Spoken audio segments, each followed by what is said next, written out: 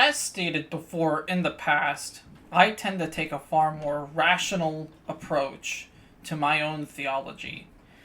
This includes, but is not limited to, accepting that I believe something while also admitting that such a thing lacks a proof, which is why you'll never find me actually defending such a thing, although my religious expression may still imply that said thing is real. Because of that, I have a list of things that I think every theist should hear, and in this video I plan on sharing it with you today. So here we go, the 7 things all theists need to hear. Number 1, using the Bible alone results in bad theology.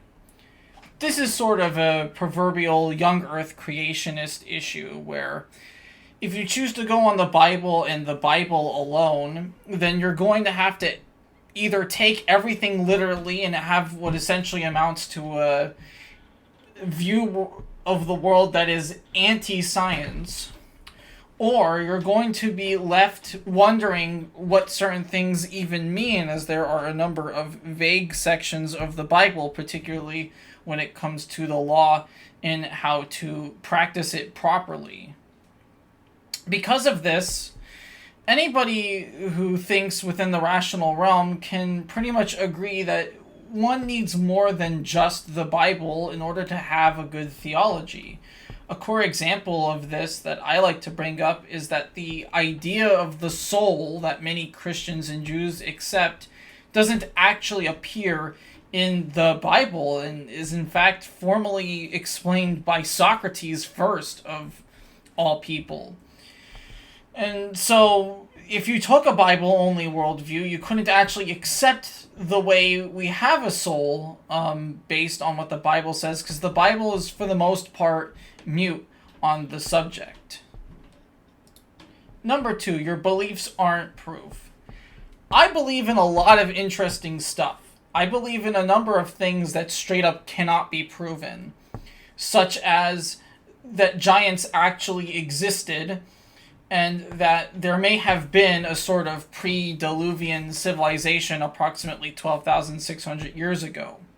However, I classify these things as my beliefs. These are things that lack hard evidence, and just because I believe them doesn't make them true. Now, do I hold out hope for proof? Yes, of course I hold out hope for proof. But just because you believe it's real doesn't actually make it real. Number 3, it's okay to doubt God. With all the immense evil in the world and just really the general chaos that occurs within our lives, it comes down to many people frequently feeling ashamed of wanting to be mad at God or doubt that God is actually in control, which is a topic I plan on addressing at a later date. But many people will feel that shame. And really, we shouldn't feel shame. After all, we all maintain that God is some sort of being that we can't see, who rarely interacts with all of us on an individualistic level, and so it's really hard to imagine having a personal relationship with something that comes off as being nothing more than a philosophical construct. It's okay to doubt whether or not God actually has your best interests in heart. Number 4, your theology will never be 100% correct. This goes for me. This goes for people I like Dr. David Falk of the YouTube channel Ancient Egypt and the Bible. There isn't a soul on earth that has a 100% correct theology. But why is understanding this important? Well, simply put, it means that we have to accept that there are things that we are wrong about. There seems to be a position within the world of theology in today's world that suggests that if you can admit that you're wrong, then that must mean that you are wrong and therefore no one should listen to you.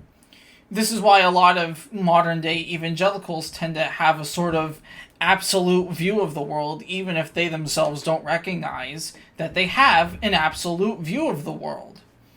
This is a problem. What if you turn out to be wrong about even basic things? I once talked with an Orthodox Jew who was a hard advocate for the interpretation of the Bible as produced by Rabbi Rashi. And while I, too, enjoy the writings of Rabbi Rashi, unfortunately, Rashi is not correct on a number of his interpretations. A short example of this would be that Rabbi Rashi suggests that the Pharaoh of the Exodus chose not to remember who Joseph was, when in reality Joseph would have served under a Hyksos Pharaoh, and the Pharaoh of the Exodus would not have been a Hyksos, thus he would not have been familiar with who Joseph was. What the text actually says turns out to be correct, and what Rashi's opinion is wrong. It's an example of Rashi having a theology that is not correct 100% of the way.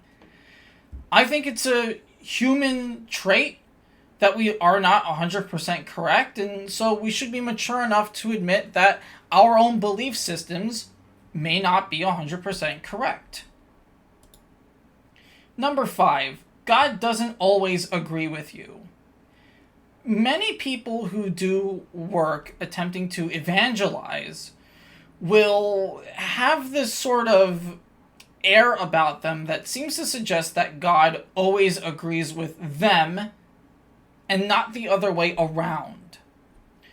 This is a trap that a lot of people fall into, myself included. I am always a victim of this, which is why I always tell myself this, because it is a fact of reality that is really unavoidable once we come down to the logic of it all. After all, if God is truly all-knowing, then he would have far greater reasoning than any of us, and since we're flawed mortals, the only logical conclusion is that even if your theology is like 99.99% correct, reference the previous point, then you're still saying something that God will not agree with you on. So it's important for us to tell ourselves that, so that way we can correct ourselves on our own theology. Number 6, science is dependable. This is a major problem occurring in the modern theistic world right now, and that is that science, because it can change, that must make it wrong. This is not correct. In fact, this is one of the single greatest errors that anybody in the theistic world can make, choosing not to depend on the scientific method merely because a theory can change, when in reality the ability to change is a position of strength. Now, admittedly, science can't produce every piece of knowledge, but that's not what science is for. Science is what we use to study the empirical world, and when we choose to ignore the scientific consensus just because it's inconvenient to what we believe personally, reference point 2, then what essentially we're doing is choosing to ignore reality.